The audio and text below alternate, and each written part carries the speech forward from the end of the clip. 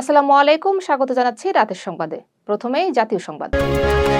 ভারতের সঙ্গে বিএনপির কোনো চুক্তি নেই বলে দাবি করেছেন দলটি। জামায়াত নেতা সৈয়দ আব্দুল্লাহ মোহাম্মদ তাহেরের বক্তব্যকে বিএনপি রাজনৈতিক অপপ্রচার বলছে। সংবাদ সম্মেলনে মাহাদিম আমিন বলেন, অভিযোগের পক্ষে কোনো প্রমাণ নেই, এটি বিভ্রান্তি ছড়ানোর উদ্দেশ্যেই করা হয়েছে বলে মন্তব্য করেন তিনি।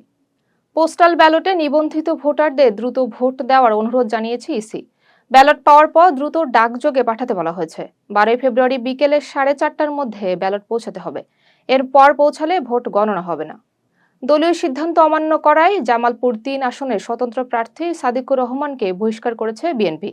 তিনি উপজেলা বিএনপি যুগ্ম সম্পাদক ছিলেন। প্রাথমিক সদস্য পদ সহ সব পদ থেকে তাকে বহিষ্কার করা হয়।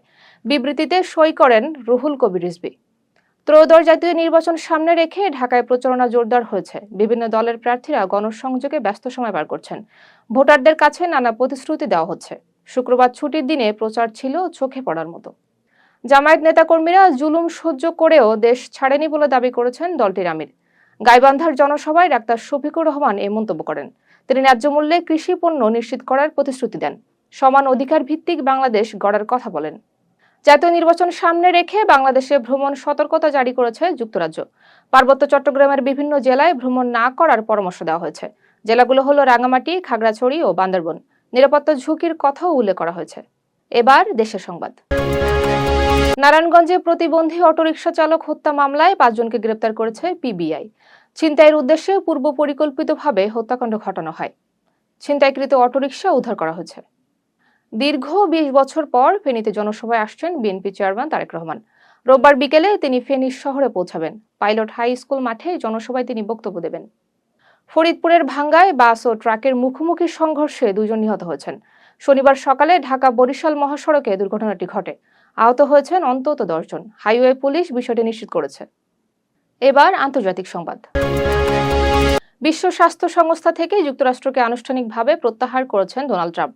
কোভিড কালে সংস্থাটিকে চীন ঘেঁষা আচরণের অভিযোগ করেন তিনি।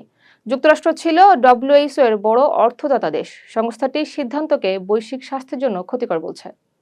আফগান যুদ্ধ নিয়ে ট্রাম্পের বক্তব্যের কড়া সমালোচনা হয়েছে। ব্রিটিশ প্রধানমন্ত্রী কিয়ার স্টারমার ও প্রিন্স হ্যারি প্রতিক্রিয়া জানিয়েছেন।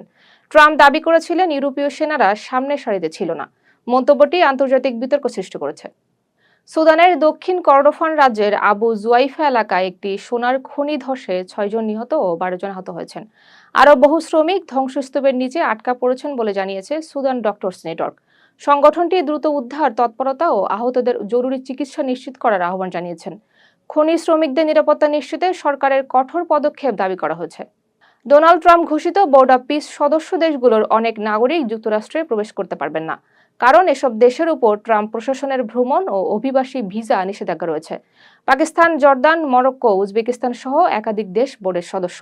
এ নিয়ে বোর্ডটির কার্যকারিতা ও বিশ্বাসযোগ্যতা নিয়ে সমালোচনা শুরু হয়েছে। এবার খেলাধুলার সংবাদ।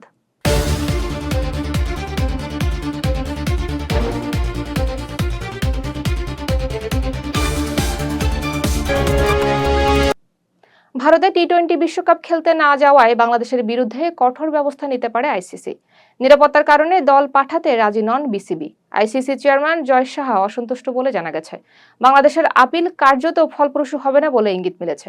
বিপিএল এর এবারের আসরে দেশি ক্রিকেটারদের দাপট ছিল। নাজমুল শান্ত ও তানজিদের সেঞ্চুরি ছিল আলোচনায়। শরীফুল ইসলাম টুর্নামেন্ট সেরা খেলোয়াড় হন। 26 উইকেট নিয়ে নতুন রেকর্ড গড়েছেন তিনি। সাপ নারী ফুটসালে শিরোপার দ্বারপ্রান্তে বাংলাদেশ। পাকিস্তানকে 9-1 গোলে হারিয়েছে সাবিনারা। হ্যাট্রিক সহ 4 গোল করেন অধিনায়ক সাবিনা খাতুন। মালদ্বীপকে হারালেই চ্যাম্পিয়ন হবে বাংলাদেশ।